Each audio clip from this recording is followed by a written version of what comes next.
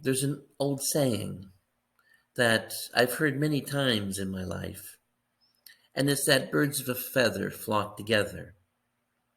And the meaning of that is that people who are alike are drawn to each other.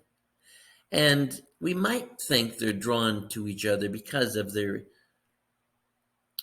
interest or things of that nature. But I would like to suggest that there's something even more basic and fundamental in it. Thought is energetic. And the law of attraction would suggest that we draw to us what we believe in. Our intention radiates energy that draws to us what we would wish to manifest, what we believe in. So I suspect that vibrationally, people who are alike in their intention are drawn together.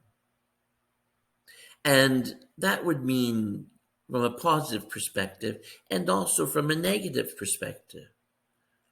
If you don't want to be surrounded by negative people, be positive. If you don't want to draw to you dishonesty, be honest. If you want to be prosperous in life, do not be greedy. Be generous.